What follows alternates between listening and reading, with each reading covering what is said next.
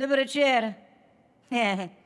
Govorim slovenščini, ker nečem, da bi moj mož vedel, kaj jim povedala, slovenski pa razume še slabški angleški. Jaz imam te klinčeve v Amerike počas za dost. Tu je ratel grozen. In pač zdaj bi šla rada počas domov. Če me kdo sliši v Clevelandu, dajte prosim, nakažite denar čim prej. Ker če hočem hitro zbežat, pol rabim dolarje za letalske karte.